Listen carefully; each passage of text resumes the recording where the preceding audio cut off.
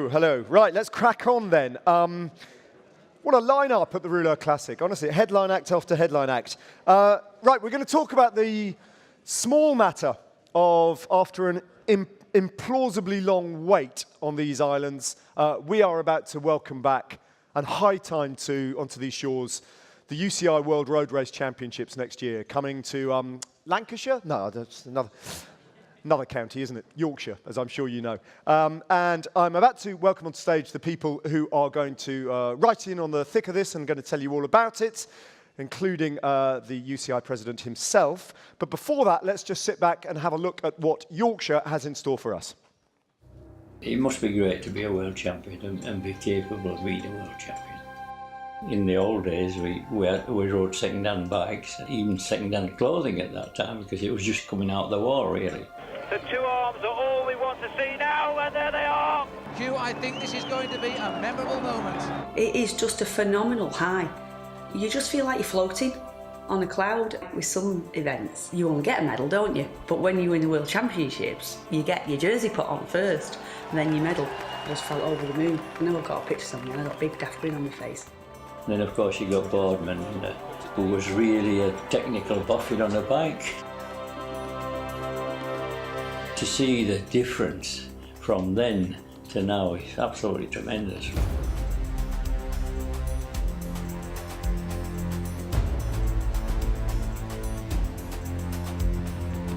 When the Tour de France went to Yorkshire for the Grand Départ in 2014, the crowds were just enormous. At some points the roads were almost single file going through because there were just so many people. The roads were just lined with people the whole 160 odd K. It was unbelievable, and the atmosphere and the passion from all the fans was just amazing, and to be the ones receiving all that was great for morale and really helped, obviously. Tour de Yorkshire, establishing Yorkshire as one of the most important destinations for cycling in the world. It's always great competing in a big race in the UK. The crowds that came out were incredible, and it really motivates you to do well. Look at the crowds, it really is exceptional. It's Tour de France level stuff. Popularity of this event knows no bounds. I just had no idea that race was so well known, just in the general public, and just random people just coming up to me, just congratulating me, and just sort of over the moon. Yorkshire, you've done yourself proud once more. I'm really happy to see the World Championships back in the UK. It has been 36 years, it's an awful long time. To see them come to England is great, but to see them come to Yorkshire is greater still. The Yorkshire World Championships is going to be like no other. I think it's going to be bigger and better than any championships I've ever taken part in before. I like the riding in Yorkshire because it's a beautiful scenery and the fans are great. I've been 3 times there now. Always have some good results and some good memories. It's fantastic news that there's a para event running alongside the World Championships. It's actually going to kick the event off, and the UK are leading the way. The first time road events will be held alongside able-bodied road events. So yeah, it's going to be brilliant. Yorkshire's incredibly beautiful. I've ridden all over the world, but it's still one of my favourite places to ride a bike. A couple of weeks in Yorkshire and you'll be fit as a fiddle. It's going to be a really challenging route, no doubt, being up in Yorkshire. Well, it's got everything, hasn't it? I mean, you are East Yorkshire and it's flat if you want to ride fast and furious. People who come up from down south and ride the Tapley Dales, they go, I thought I'd trained for this. I've never seen hills like these. They're absolutely stunned.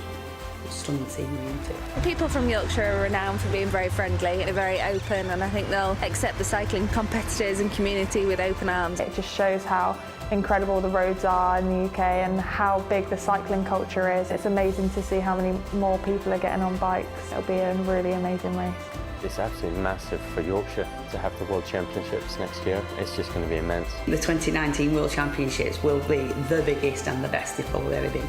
Yorkshire know how to put an event on. It will be fantastic. As they are about to hit the line now, Giuseppe Cerrone has won the world title. Here comes Kirk to the left.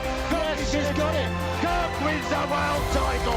It's all going mad here. Sprinting for the finishing line. Total perfection, and that was a very memorable day's racing indeed. It's going to be one of the biggest days of my life. Brilliant, ladies and gentlemen. Let's welcome onto the stage, in many ways, the man who has made all this happen over recent years. From Welcome to Yorkshire, he needs very little introduction, let's just say Sir Gary Verity. Alongside him, former World Road Race Champion Lizzie Armitstead, the UCI President David Lappartient, and the CEO of Yorkshire 2019, Andy Hindley, ladies and gentlemen, onto stage, please.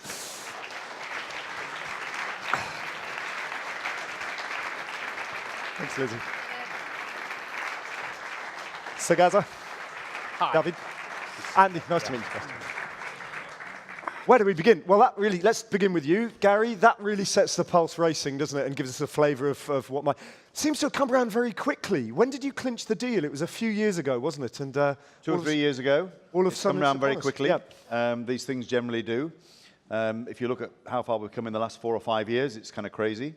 All the footage from that film that you saw, the current footage, was either from the Tour de France Grand Départ in 2014 or from this year's edition of the Tour de Yorkshire. And a lot of that was this year's edition of the Tour de Yorkshire with those massive crowds. So I think one of the hallmarks of our brand of cycling in Yorkshire is the biggest crowds anywhere in Europe, anywhere in the world for cycling. Millions of people will turn out again to watch, hopefully, Lizzie and the other stars of cycling next September, next May for the Tour de Yorkshire as well, obviously. And I'm sure that you will see the biggest ever World Championships in the history of the sport. I'm sure about it. No pressure, Monsieur le Président. It'll be bonkers, won't it? And that's just great. We love bonkers. Yeah. We do bonkers really well in the UK. We do bonkers particularly well in the north of England, and we do bonkers exceptionally well in Yorkshire. David, when Gary... C'est bonkers et ma boule. When Gary went to Paris, how many years ago?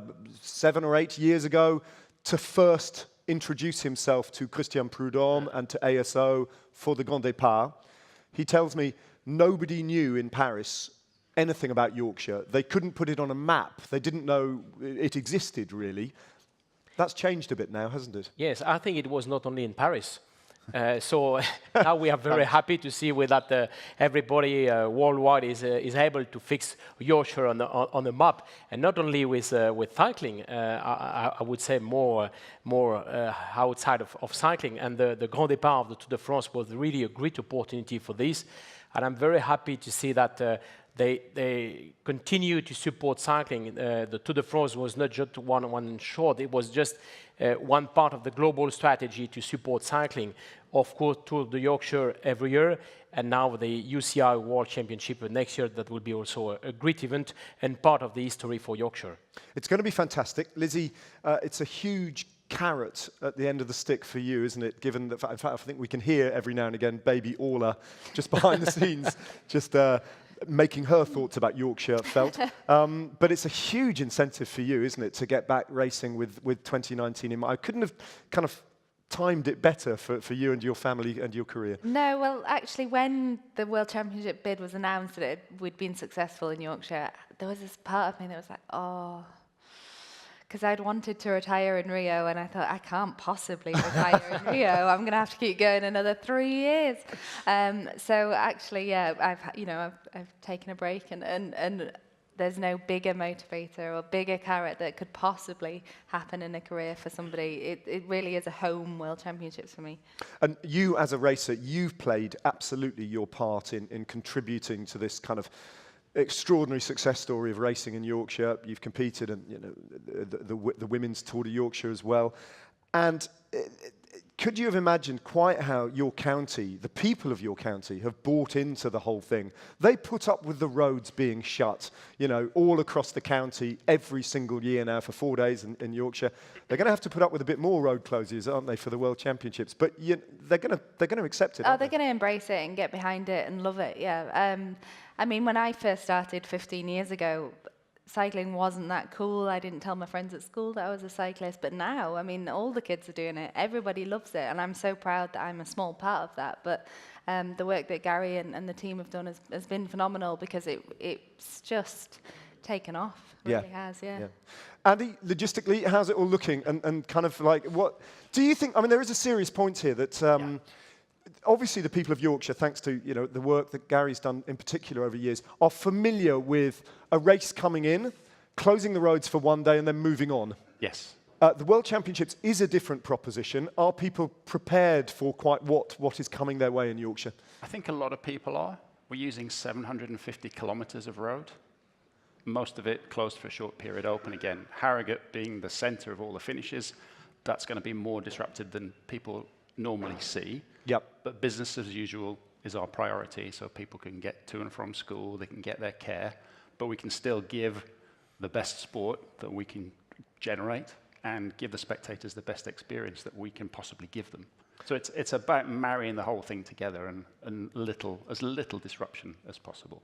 And the programme of racing, I mean, ultimately, it's all about the quality of the racing, isn't it? That's the first thing that really will define how people remember Yorkshire 2019. The programme is fascinating, isn't it? It's different. It's markedly different from previous years. Just give us a brief outline of in what way it differs. So we start with a day of paracycling, 26 races for all classes, for all disciplines, starting out in the east and all finishing in Harrogate, starting in Wetherby and Tadcaster and Harrogate itself. So we've got the start of the World Championships with a paracycling event. And I think that's a new and innovative start. And I think I know that's a wish for the UCI to start to have integration of the disciplines. So that's how we start. And then we follow that on the Sunday with a brand new event. Team time trial mixed relay for national teams, which is a great and but is complicated, not just simply for us, but also for the UCI, for the officials, and for the teams. Yeah. And so, you know, and then we go back into the traditional time trials, road races, finishing with the elite women's and elite men's race. So it's a slightly different format. Yeah, what about the mixed team time trial, Gary? Whose idea was that? Well, I think you can take credit for that, can't you? It was your idea. Yes, of course. Good. But I was happy when I spoke with you that immediately you jump in and you supported the idea from the UCI. Look, we were clear as a board for 2019 that we wanted these Road World Championships to be the most diverse, the most inclusive ever, to again set boundaries back, to have a series of firsts, like we had with the Grand Depart, as we've had every year, innovating with the Tour de Yorkshire. We wanted to innovate with these World Championships. David was very clear he wanted a mixed time trial, team time trial, which we were very happy to embrace, clearly. The board were absolutely clear that we would, as Andy has said, have a one-day paracycling event running alongside these. For me, it was perfect if that was the first day. Yeah. Set the right tone and the right message, starting, as Andy said, in the east of Yorkshire in Beverley, and then other starts in Tadcaster and Wetherby, and finally in Harrogate. Yeah. So we know the last weekend will be very strong with the women's and the men's elite races. But the first weekend needs to be very, very strong. From our point of view as event organisers, if we get off to a cracking start and a cracking finish, then everything else should, in theory, take care of themselves with a bit of extra work. But by having the most diverse and the most inclusive weekend ever in the history of cycling, anywhere in the world, the biggest one day of paracycling in the history of the world, and the mixed gender team time trial, which David was very, very keen on pushing forwards, that first weekend really gets us off to a flyer.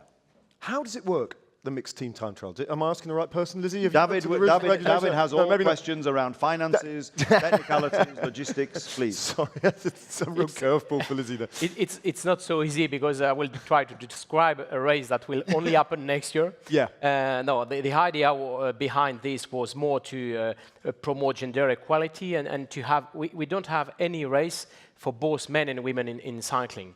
So we have the team relay in mountain bike, but it was not the case on the road. And when I was watching the Olympic Games, specifically biathlon, and this mixed team relay, I said, there is probably something to think about this in cycling. And at the time, the trade team didn't want to continue with the existing format. I said, I think this will be a nice format. And we wanted just to be sure that we can have enough team, but just to remain at the team time trial. So 3 men, 3 women, and the men will start and the women will finish. So you can't choose the order. It will be always the men to start. Why? Because we wanted the women to give the time, and so to finish with the women. So that will be 1 lap for the men, 1 lap for the women. 1 point not so easy to organize is how we can give the relay. Because of course, if they are arriving at 60 km/h, it's not so. It's not like 4 time 100 meters. So we are working on this, and thank you to Welcome to Yorkshire for the full support. Well, relay racing does exist in paracycling already, doesn't it? I mean, I remember in the Paralympics in 2012, that's a format that is accepted. Yes. It's quite interesting. I mean, it sounds to me like that happens, and then in the end, the Dutch win. They're going to be super strong, though, aren't they? Dutch have got to work together first, don't they?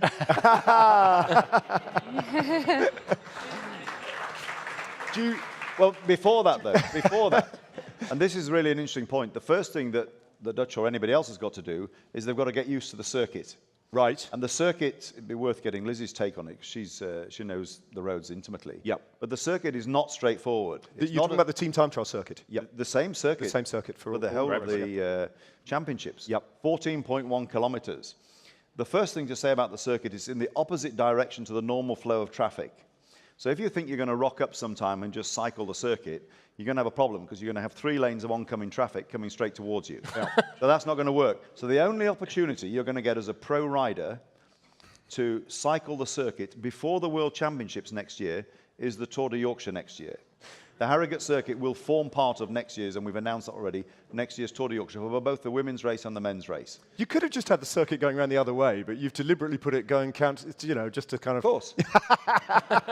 You think we're stupid? No, come on. You've got to sell tickets for these things. Is it, I'll get your take on it in a second, Andy, but Lizzie, from what you know of the circuit, I think of that part of Yorkshire as flat-ish. Am I right? No. No.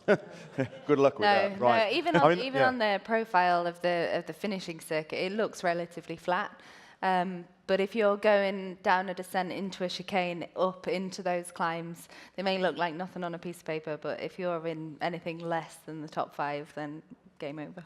Okay. And if you have my bike handling skills, which are legendarily crap, there are countless opportunities to spill off of your bike. Yeah. Because there are a lot of jinky tweaks and turns, often not at the time you'd ideally want them, designed for somebody of Lizzie's skill to be able to excel, designed for a muppetry cyclist like me to make a complete fool of themselves. So Andy, I mean, from designing the course, incredibly, any race is a very difficult balance, isn't it, between what can you practically achieve in terms of cooperation with the local authorities and with the police, etc., where can the crowds, but also you've got to produce a sporting spectacle. And are you satisfied that the courses for both the road race and the time trial kind of pose enough interesting problems and just ask enough questions to make it an interesting race? Yeah, without a shadow of a doubt. Yeah. We are slightly concerned if anyone watches the men's junior race. They do tend to fall off on a straight, flat road occasionally. And we absolutely haven't got that almost anywhere. So, yes, every single route is technical, difficult, constantly up, constantly down, up and down, very little flat, challenging. And the circuit is, as Lizzie said, it's not simple. It looks on paper, it's not in reality. Right. And the women's elite race is proportionally harder, 16 metres of climb per kilometre for the women compared to 12 metres per kilometre for the men. Okay. So proportionately, you've got a tougher race than the men have got, but David will tell you that the distance for the men's elite race will be the longest ever in the history of the championships. Yes, because we have 285.5k, if I'm correct, but you've got 11 kilometers neutralized. That means 296.5k, so that will be a long championship, I think. But it's nice to have a nice finish of the race. Yeah. Can I just put in a request from a television commentator's perspective? What, for a job or? You want to 30-kilometre race? No. But one of the frustrations, actually, is on quite a serious point, and it applies to both the Olympic road race often and also the World Championships, is that the television coverage doesn't always feature the kilometres to go and the time gap, which, to my mind, is absolutely unforgivable, because it's like watching a football match and not telling you what the score is at the end. It makes a nonsense of watching a bike race. It is something that I know technologically requires a bit of investment. It's not just a given. It's an incredibly difficult thing to televise a bike race. But can we guarantee that that will be on the screen? Ooh. Yes, I made exactly the same comment on the last UCI World Championship, because I was trying to know how many kilometers were still missing until the finish, and that's really something that need to be improved from our side. I think there are some technical problems due to the communication in this mountain area, but normally it's supposed to be the case, and that will be the case in Yorkshire. Brilliant. And it goes further than that, Ned, because in the road book, they usually print distance along the route. Yes. Yep. And you need to print it backwards at the same time. So you need to have two lines. Both. So that spectators can look at the road book and they can see everything. Yeah. So you're right. Where are you expecting the real, because I mean Yorkshire, as we saw in the montage, it's been famous, hasn't it, for over recent years. It's real pinch points of crowd where everybody's gathered, whether it's Butter Tubs or Holm Moss, those the Cow and Calf outside Otley. Where do you think the really big crowds are going to be, Andy and Gary? What's going to draw them in? Harrogate and the starts and the climbs. I mean, everywhere. I mean, just everywhere. We've had an independent study done. The conservative estimate is 3.2 million people. It's bonkers, as Gary, that's the exactly right word. And it's bonkers on both sides. It's bonkers good, and it's bonkers we've got to look after these people. Yep. So it's a really good problem to have, but it is a problem. So everywhere, where do you put all those people? I mean, it's 9 days. It's spread out. And part of it is they dribble in to watch sport, but they all want to leave at the same time. Yeah. When it's finished, This is a really serious point, which is why when we were discussing with the team at UCI in Aigle, originally the routes that we proposed, as you know, traditionally the World Championships have taken part around a circuit. And for us, that would not have worked, because we know we're going to get several million people turning up. You can argue whether it's 2, 3, 4, or 5 million people will rock up, but it's in the quantum of millions. You try and put 1 million people, 2 million people, 3 million people around a 14-kilometre circuit in Harrogate, it's a nightmare. You can't do that. But that's why you have open countryside, and you'll see from the routes that we've gone through, both for the women's race and the men's elite race, you've got sprawling open countryside with some savage climbs in there to give it a bit of interesting sport. But that enables you to soak up the crowd on the way round. So you've got big starts in Bradford for the women's race, Leeds for the men's race, for the two elites, where you'll get a couple of 100,000 people there. And then you've got big towns, established towns like Otley and Ilkley and Skipton along the way, where you can put tens of thousands of people in there. Then you've got the big climbs. Put anything between 50 and 100k on each climb. Keep adding it up when you go around. So before you've got to Harrogate, you'll have already cycled past 2 million people. And then you've got probably 1 million people around the circuit all going gaga for you. Yeah. How good is that? It's not bad, is it? I mean, one of the strange things is that you've done an amazing job starting with the Grand Depart in 2014 of kind of educating and bringing everyone along in this country that has been historically a little bit of an outlier in global cycling until very recently. So nobody in this country needs to know what a yellow jersey is. Everybody now knows. People now know in Yorkshire what the blue jersey is, the race leader there. I wonder, outside this room, nobody needs telling about the rainbow jersey. But I wonder out there in the broader public whether you have a job still to kind of tell people who don't read the back pages but read the front pages of newspaper quite how important this rainbow bands is that Lizzie owns. Yeah, and to be fair, I mean, it's a really good point. So Andy and the team at Welcome to Yorkshire, the team at Yorkshire 2019 and various other partners, between now and next September, we'll do a whole series of road shows across Yorkshire, educating everybody about what the World Championships is, what they can do for it, what they can't do for it to infringe your brand, what they can do, so we can paint Yorkshire with a giant rainbow. We paint it blue and yellow for the Tour de Yorkshire, we paint it yellow for the Tour de France, we'll paint it red for the Vuelta when that comes, we'll paint it with giant rainbows next year for our friend here and for all our other friends at the UCI. Yeah. And it will look bonkers. You can see outside now there's a car with a giant rainbow Y on its roof. Yep. The Y Jeune will become what is the phrase in France for rainbow? Arc-en-ciel. Arc-en-ciel. Arc-en-ciel, merci infiniment. Arc-en-ciel, and so we'll just go bonkers with rainbows, and so it goes on. Yeah. So you're right, at the moment, does everybody know? Probably not. After this time next year, of course they will. And all the schools in Yorkshire will have educational programs around the World Championships, looking back at the history from Yorkshire point of view. There'll be many school kids in Yorkshire at the moment who won't know who Beryl Burton is. By this time next year, you ask any school kid in Yorkshire who's Beryl Burton, they'll all know. You ask any school kid in Yorkshire who Lizzie Deignan is, this time next year, they'll absolutely know. I suspect they know that already, I have to say. Many will, but every single one will. Yeah, yeah. 1 million school children in Yorkshire. And Lizzie. I've only got one. One for the moment. She knows already. Yeah. She knows. Lizzie, that rainbow jersey, kind of, I don't even know what to say. To have won it and worn it must be just the most unimaginable feeling. And yeah, there's nothing like it. And I feel very lucky to be a cyclist that we get that rainbow jersey. There's other world titles in other sports, but there is something very special about wearing that jersey, being introduced to every race you go to as the world champion, starting on the front line every time you turn up at a race. Yeah, it's just very, very special. I'd love to get it back. Yeah. What plans are in place? You mentioned the Tour de Yorkshire next year, Gary, which is presumably a 4-day race again. What plans are in place for the women's race at the Tour de Yorkshire next year? So on the 7th of December, we will have our route announcements for the women's Tour de Yorkshire, the ASDA Women's Tour de Yorkshire and the men's Tour de Yorkshire, with all of the twists and turns and all of the enhancements, assuming there are some, to previous editions, both for the women and for the men. It's nearly December the 7th. Not long to wait.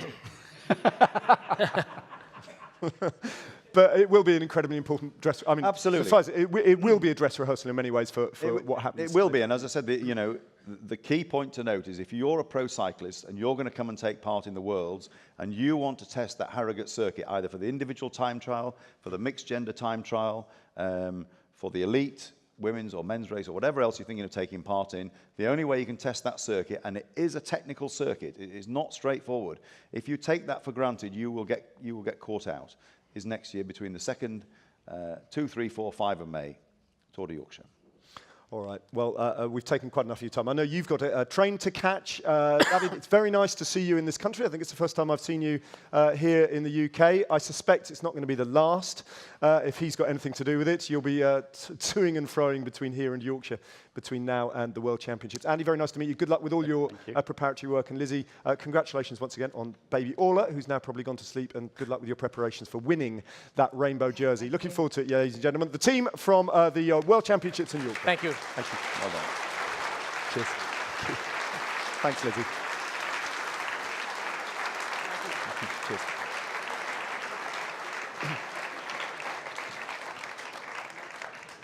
Right. We've got another 5-minute break.